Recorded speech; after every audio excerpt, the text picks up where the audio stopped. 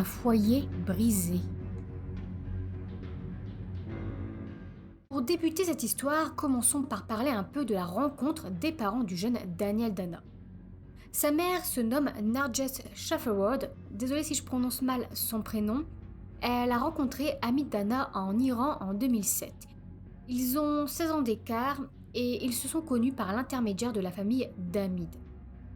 Puis ils se sont rapidement mariés en décembre 2007 et c'est 2 ans après leur rencontre, le 21 juillet 2009, que Narges a donné naissance à leur fils Daniel. Hamid Dana dirige une entreprise, lui, qui fournit des produits, je ne sais pas trop lesquels, aux restaurants et aux magasins du Moyen-Orient. Il faisait donc beaucoup d'allers-retours entre l'Iran où vivait sa famille et les États-Unis où se trouvait son travail. Et donc, c'est en 2011 qu'il décide de s'installer définitivement à Gettysburg, une ville du Maryland, aux États-Unis. Et c'est après leur déménagement aux États-Unis que les soucis ont commencé. La relation entre Narges et son mari Hamid est devenue tendue. Il y avait entre eux beaucoup de problèmes, beaucoup de désaccords, de disputes. Alors au final, le couple s'est séparé 2 ans plus tard, en 2013. Et au moment des faits, en 2015, ils sont donc en instance de divorce. En 2015, Daniel Dana n'a que 5 ans, il est donc fils unique et il est en dernière année de maternelle. C'est un jeune garçon vraiment adorable, il est brillant, il est curieux, il est vraiment gentil, il a même été décrit comme angélique. Il aime le karaté et jouer de la guitare, entre autres.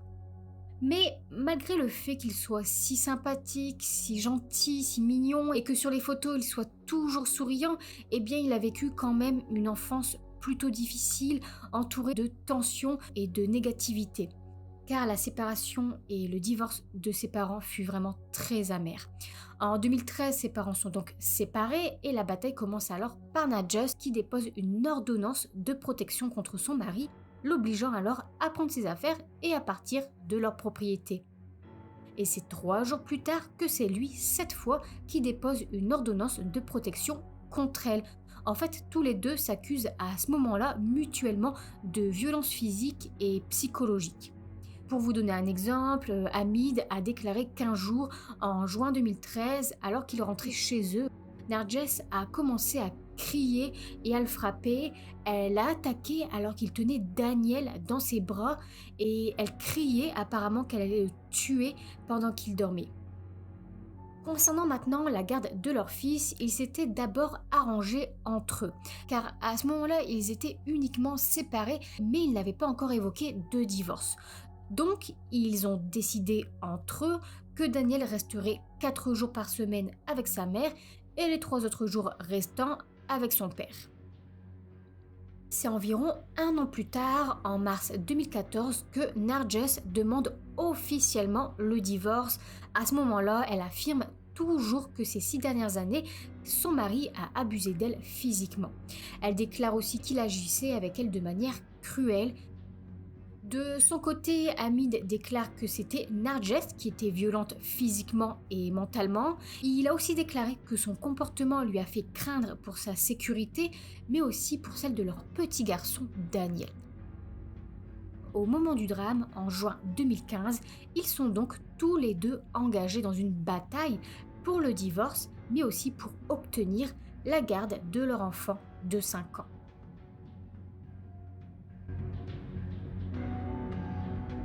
Le drame. Le 15 juin 2015, Narges Shafferwood emprunte la voiture d'un ami. Puis elle récupère son fils à l'école. C'était son tout dernier jour à la maternelle. Elle l'emmène ensuite dans plusieurs restaurants et Daniel aurait parlé à un moment de passer plus de temps avec son père. Il lui a notamment dit qu'il venait de passer le week-end à s'amuser avec son père dans un parc d'attractions. Et c'est ensuite, au cours des heures qui ont suivi, qu'elle force son fils âgé de 5 ans à ingérer plus d'une bouteille entière de médicaments contre les allergies, alors que Daniel n'est pas allergique à quoi que ce soit. Et durant des heures, elle continue à lui donner des doses mortelles du médicament. Il s'agit en fait du Benadryl, c'est un antihistaminique, c'est un médicament principalement utilisé pour traiter donc les allergies, mais aussi pour traiter le mal des transports. Il a un effet sédatif et provoque une somnolence. Et elle lui en donne donc de très grosses doses toutes les 2 à 4 heures jusqu'à sa mort. Et la quantité de ce médicament retrouvé dans le sang de Daniel était 2 fois plus importante que la quantité suffisante qui pourrait tuer un adulte. Les égratignures et les ecchymoses qui ont été retrouvées plus tard sur son visage, notamment aux lèvres, à la bouche, à la joue mais aussi à la paupière, suggèrent alors que sa mère l'a gavé de force à plusieurs reprises et qu'il s'est donc débattu pour sa vie. Elle a dû lui enfoncer les médicaments dans la bouche. Donc il s'est débattu pour sa vie et contre sa propre mère. Puis, plusieurs heures plus tard, une fois son fils mort à la suite de ce gavage de médicaments, elle a tenté de dissimuler le meurtre de son fils. Pour cela, elle a mis le feu à sa voiture. En fait, c'est le lendemain de la mort de son fils, le 16 juin 2015, très tôt le matin, vers 3h30, au bord d'une autoroute, qu'elle a arrosé sa voiture d'essence, puis qu'elle a jeté un briquet sur son véhicule. Le corps sans vie de son fils était placé à l'arrière, sur le sol, sur la moquette. Et lorsque la police est arrivée sur les lieux, eh bien ils pensaient tout simplement se trouver face à un banal, disons, accident de voiture. Car ils avaient été contactés pour une voiture en feu, donc naturellement ils pensaient se retrouver face à un accident de voiture. Mais en arrivant sur les lieux, eh bien ils ont trouvé Narges allongé sur le sol, face contre terre, juste à côté de la voiture en feu et hurlant à l'aide. La voiture était complètement en flammes avec son fils à l'intérieur. Ils ont alors essayé de l'extirper de la voiture, de le sortir de là, mais les portes étaient étrangement verrouillées. Alors un policier, et malgré le feu, a réussi à casser une fenêtre et à ouvrir les portes. Mais en regardant à l'intérieur, eh bien, bizarrement, il n'a vu aucun enfant. Il n'a pas vu non plus de siège auto pour enfants. Il a juste vu des vêtements, des couvertures, un peu de bazar, mais pas d'enfants. Ensuite, les pompiers sont arrivés et ils ont éteint le feu. Et c'est là, en fouillant un peu, qu'ils ont enfin découvert Daniel. Il était en fait caché sous des débris, sous des vêtements. Narges fut ensuite emmenée à l'hôpital où elle est restée hospitalisée pendant un bon mois. Elle était dans un état assez grave car elle avait subi des brûlures sur 40% de son corps, des blessures au 2e et au 3e degré, notamment sur ses mains et sur ses avant-bras. Pour la police, alors à ce moment-là, la première théorie est que peut-être elle roulait trop vite, puis qu'elle aurait perdu le contrôle de sa voiture, qui aurait ensuite percuté un terre-plein, et avec l'accident, eh bien l'incendie, le feu de la voiture, se serait déclenché. L'enquête. Au départ, la police pense donc que malheureusement, le jeune Daniel Dana, 5 ans, est victime d'un accident de voiture. Mais une équipe de reconstitution d'accident a été appelée pour déterminer la manière dont la voiture a pris feu. Et donc, ils ont vu que l'intérieur de la voiture est gravement carbonisé, alors que, curieusement, il y a très peu de dommages à l'extérieur. C'est-à-dire que le réservoir de carburant de la voiture est parfaitement intact, rien n'est cassé, il n'y a aucune fuite, en fait il n'y a aucun problème mécanique avec la voiture. Donc ça ne ressemble pas à ce que la police pensait initialement. La voiture n'a pas pu prendre feu à cause d'un accident, à cause d'une collision. La police se rend alors à l'hôpital où se trouve Narges et l'interroge. Elle raconte alors que ce jour-là, son fils et elle se dirigeaient vers la plage à 4 heures de route de chez eux et qu'elle avait rempli des bouteilles d'eau avec de l'essence en amont par précaution au cas où elle ne trouverait pas de station-service ouverte sur la route. Elle avait donc peur de manquer de carburant.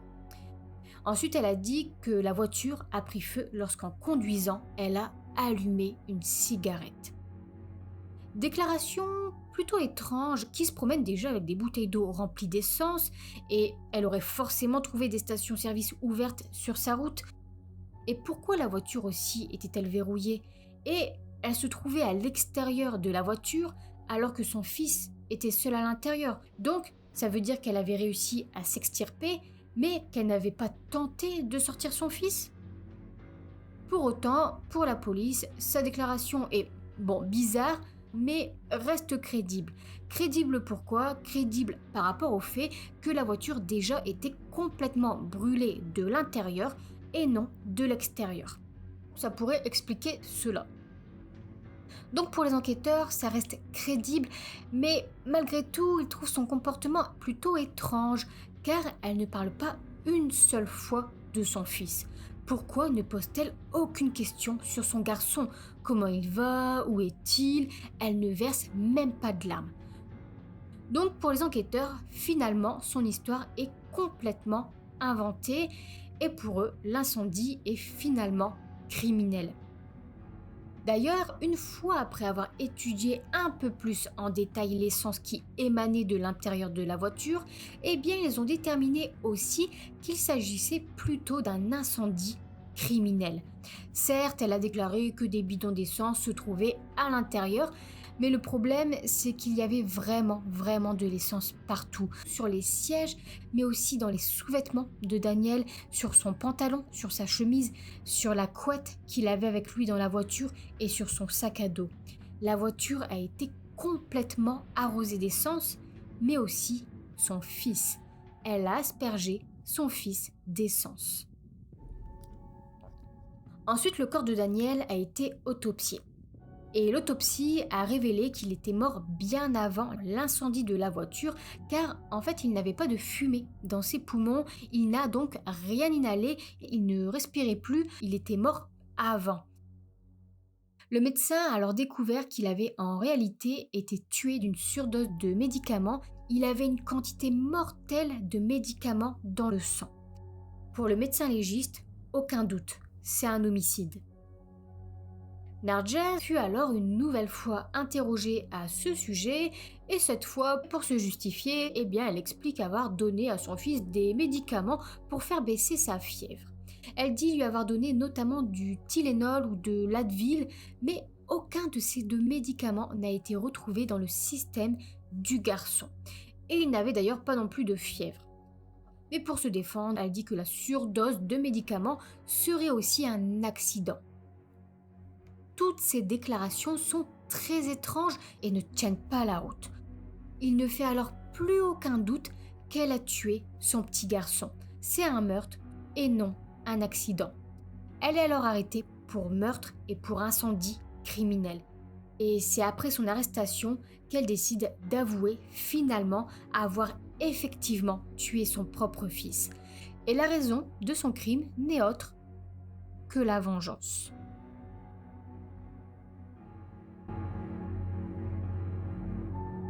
Daniel Dana, un pion dans la bataille judiciaire. Narges est alors arrêtée à peine quelques semaines après le drame. Et après avoir découvert qu'elle avait donc bien tué son fils, puis qu'elle avait mis aussi le feu à sa voiture, les enquêteurs devaient donc maintenant découvrir la raison de ce terrible geste. Ils ont alors découvert que le jour où elle a brûlé la voiture était le même jour où elle et son ex-mari Hamid devaient se rendre au tribunal pour l'audience finale de divorce. Cette audience aurait aussi déterminé qui aurait la garde principale de leur fils. Et il est fort possible que ça aurait été son père. Les enquêteurs ont ensuite découvert que dans le même temps, elle venait de perdre aussi son emploi, qu'elle venait également d'être expulsée de son logement et qu'elle avait des difficultés pour se reloger à cause de soucis financiers. Donc, en perdant son logement, il est peu probable qu'ils auraient pu continuer la garde alternée comme ils le faisaient depuis le début. Donc, c'est-à-dire 4 jours chez l'un et 3 jours chez l'autre. Sans logement, sans argent, sans emploi, c'est Hamid qui aurait alors eu la garde principale. La situation de Narges était alors plus qu'instable. Et d'ailleurs, Hamid aurait apparemment engagé un détective privé pour prouver qu'elle était effectivement une mère inapte. La théorie serait donc qu'elle a tué son fils car sa vie était en train de s'effondrer et qu'elle n'arrivait plus à la gérer. Narges s'est trouvé alors désespérée et il était alors hors de question qu'elle laisse son fils chez son ex-mari et sa nouvelle petite amie. Donc, pour ne pas lui laisser obtenir la garde de l'enfant, elle a décidé de le tuer. Elle l'a aussi tué par vengeance et par jalousie, car en fait, il a été prouvé qu'elle était très contrariée et très jalouse de la relation d'Hamid avec sa nouvelle petite amie. D'ailleurs, elle était même méchante à ce sujet, elle ne voulait tout simplement pas qu'il soit heureux. Donc pour elle, il était hors de question qu'il obtienne la garde de Daniel et qu'à trois, ils forment une nouvelle petite famille. D'ailleurs, elle était tellement en colère contre son futur ex-mari et jalouse de sa relation que seulement quelques jours avant de tuer leur fils, eh bien, elle lui aurait dit qu'elle allait le faire pleurer et qu'il le regretterait. Daniel était donc malheureusement devenu un pion dans la bataille de ses parents. Il était vu par sa mère comme une sorte de butin que son père n'arriverait pas à avoir.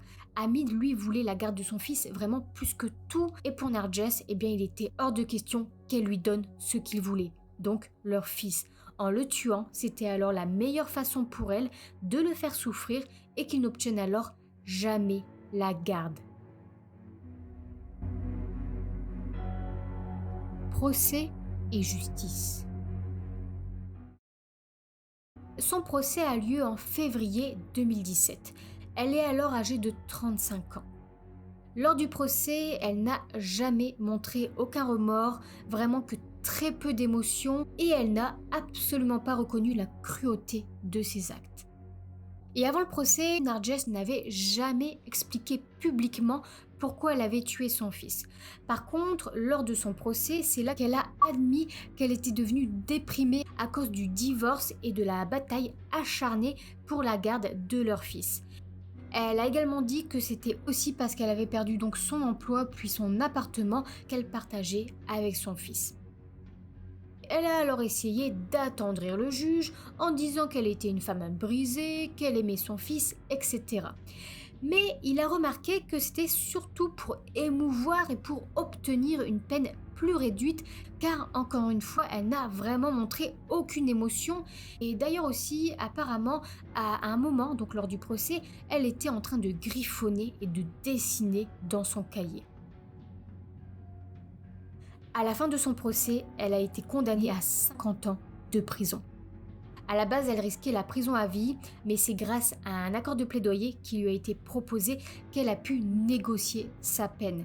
C'est en plaidant coupable de meurtre, c'est en admettant son crime qu'elle a pu être condamnée à une peine moindre. C'en est maintenant fini pour cette histoire. Elle a donc tué son fils en l'empoisonnant par médicaments. Ce petit garçon a souffert vraiment pendant plusieurs heures en avalant des médicaments jusqu'à ce qu'il meure d'overdose. Sa mère a ensuite tenté de dissimuler son crime, donc pour ça elle a placé son corps sans vie dans sa voiture et là elle a créé toute une mise en scène en y mettant le feu et en faisant croire à un accident. Elle a fait brûler son propre fils. Elle a ensuite appelé à l'aide en pleurant à chaudes larmes. Son crime est vraiment cruel et odieux. Et la raison du crime l'est tout autant, tuer son propre fils par jalousie et par vengeance. Et elle a tout prémédité, tout planifié. Il a été tué par la main de sa propre mère, par celle en qui il était censé avoir le plus confiance, celle qui était censée le protéger, celle qui était censée l'aimer plus que n'importe qui. Elle lui a donné la vie, puis la lui a brutalement arrachée. Quel parent retire la vie de son enfant? Et sa mort fut tellement brutale, tellement violente. Il n'a pas été brûlé vif, certes, et heureusement, car c'est une mort tellement atroce, mais par médicaments, il a tout aussi souffert. Il a d'ailleurs été dit que Daniel, avant sa mort, eh bien, il a probablement eu une vision floue, il a probablement eu de la confusion, des vomissements et aussi des convulsions, et qu'il aurait été aussi incapable de se tenir debout. Je vais maintenant terminer cette histoire en vous lisant une partie de la lettre que Hamid, son père, a écrit et a lue devant le tribunal. Comment un père peut-il expliquer toute la perte qu'il y a quand il perd son fils de 5 ans? Le pire, c'est que Daniel n'est pas décédé dans un accident ou dans une piscine ou une activité amusante pour les enfants. Il est passé entre les mains de la femme qui était censée être sa mère. Il est décédé parce que cette femme voulait se venger de moi et se venger d'avoir divorcé. Aucun humain ne devrait faire ça à son propre enfant. Aucun parent ne devrait avoir à enterrer son enfant. Ensuite, toujours dans sa lettre, il a écrit au sujet des projets et des rêves qu'il avait pour son fils, tels que pêcher, jouer au baseball, jouer de la guitare dans un groupe, regarder des films et des dessins animés ensemble, devenir aussi son premier héros, Daniel réussissant aussi à l'université, etc. Je me réveille la nuit avec des cauchemars. Je continue à voir le beau visage de Daniel forcé par une bouteille de poison. Il n'aimait pas les médicaments, alors je continue de penser que Narges lui a fait avaler le médicament de force et que c'est la dernière chose que Daniel a vécue dans ce monde. Pourquoi? Hamid a ensuite parlé dans sa lettre des problèmes qu'il avait eus avec son ex-femme. Il a également dit qu'il savait qu'elle ne s'occupait pas de Daniel, mais il a déclaré qu'il avait en fait toujours voulu faire correctement, alors il voulait tout simplement trouver un moyen pour que Daniel puisse avoir à la fois une mère et un père. Je savais qu'elle ne se souciait pas de Daniel et pourtant, je ne pouvais pas garder Daniel juste pour moi, alors j'ai continué à prier pour que nous traversions cette période. Il a ensuite dit que quand ils avaient entamé la procédure de divorce, il lui avait dit qu'il lui donnerait tout ce qu'elle veut. Une voiture, la maison, qu'il paierait les besoins de Daniel si elle pouvait en fait juste être une mère pour Daniel. Mais elle a dit non. À la place, elle lui a dit qu'elle allait le faire payer pour divorcer et que ça allait le faire pleurer pour toujours. Enfin, Hamid a répété les dernières paroles que son fils lui a dites alors qu'il le déposait chez sa mère le jour de son meurtre. Hamid lui a dit « S'il te plaît, sois fort » et Daniel a répondu « Papa, je suis fort, sois fort ». Je vais maintenant vous laisser sur ces tristes paroles et je vous dis à très bientôt.